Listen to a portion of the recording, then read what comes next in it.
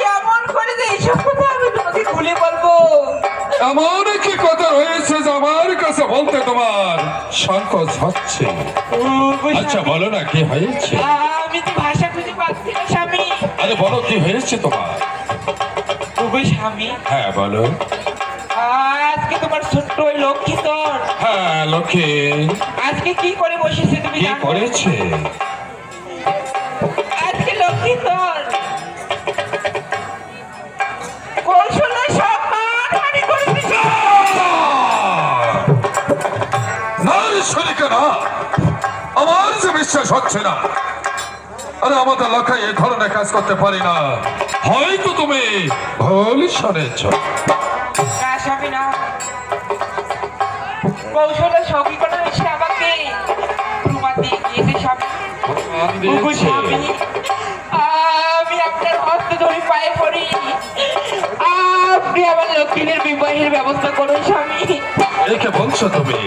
হ্যাঁ স্বামী। আচ্ছা শরিকা, ওগো স্বামী, আমি কিন্তু তোমাকে বলেছিলাম যে আমি এক প্রতিজ্ঞা করেছি যে আমার শেষ বংশধর লাকাইকে কোনোদিনে নাহি দেব বিবাহ, তাকে রাখবো আমি চিরকুমার করে। ওগো স্বামী, এই কথা কি তোমার স্মরণ নেই? ওগো স্বামী, হ্যাঁ বলো। আজকে না হয় গো, আজকে না হয় লক্ষ্মী তোর কৌশলে সম্মানহানি করেছে। আচ্ছা আজ না হোক কাল, আরে কাল না হোক পরশু, যদি অন্যের সম্মানহানি করে তখন আপনার সম্মান কোথায় থাকবে স্বামী? হ্যাঁ তা তো আমি বুঝতে পেরেছি, আমি তোমার কথা বুঝতে পেরেছি।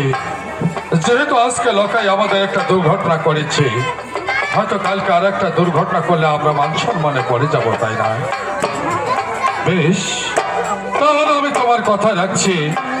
তুমি একটা কাজ করো, আমার কি কাজ করতে তুমি গৃহে চলে যাও, তারপর দেখি কি ব্যবস্থা করা যায়।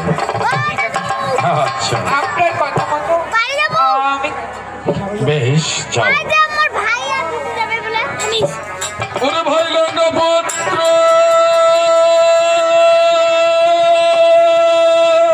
হ্যাঁ দাদা।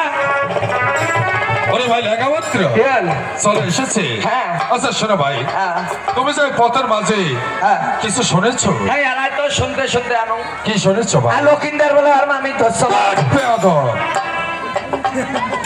এসব কথা বলা যাবে না রে ভাই। মানছিতে পাইছে। আরে লোক মুখে যাহা শুনেছো হ্যাঁ তাই তো তোমার মুখে এই কথা বলার শোভা আর পায় না না। বল। আচ্ছা শোনো ভাই, হ্যাঁ যেহেতু আজকে একটা দুর্ঘটনা করেছে, তাই আমরা দু ভাই মিলে।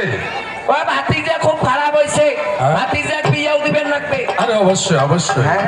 এই কথাই তো আমি তোমাকে বলতে চাচ্ছি। হ্যাঁ তাহলে আজকে আমরা দু ভাই মিলে আমাদের সুন্দর একটা বধূমার খোঁজে কিন্তু চলে যাব। আরো আরো কিন্তু তার আগে একটি কথা, আমার ফের কি কথা? আমি কিন্তু পূর্বে প্রতিজ্ঞা করেছি, কি?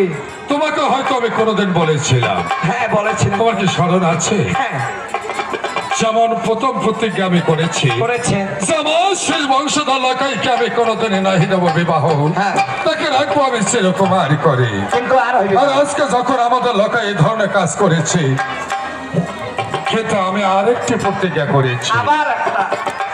আরে যে মেয়ের অন্ধনে করিতে পারবে তিন মুষ্ট লহর কালাই, হ্যাঁ। তাহার সঙ্গে বিবাহ দেব আমার এই দোলবলা খায়। এটা কেমন কথা? এই প্রতিজ্ঞা আমি আবারই করেছি। মানুষ যে ঠাকুরি কালাই সেদ্ধ করে না পায়, ফির লোহার কালাই সেদ্ধ করবে। শোনো ভাই, আমি যা প্রতিজ্ঞা করি তা কোনোদিন কিন্তু অলঙ্ঘন হতে পারে। আচ্ছা তাই হবে দাদা। তাহলে তুমি একটি কাজ করো, ঠিক আছে। এই মুহূর্তে তুমি চলে যাবে কালু কামারের বাড়িতে। কালু কুমারের বাড়িতে। আর ওই কালু কামারের বাড়ি থেকে তিন মুষ্ট লহর কালাই তুমি তৈরি করে নিয়ে আসবে আমারই না করতে। আমি তাই করবো দাদা। তাহলে বিলম্বর আর কোনো নাহি কারণ। তাই প্রয়োজন। এই মুহূর্তে চলে আসো আমার সঙ্গে। তাই চলো দাদা।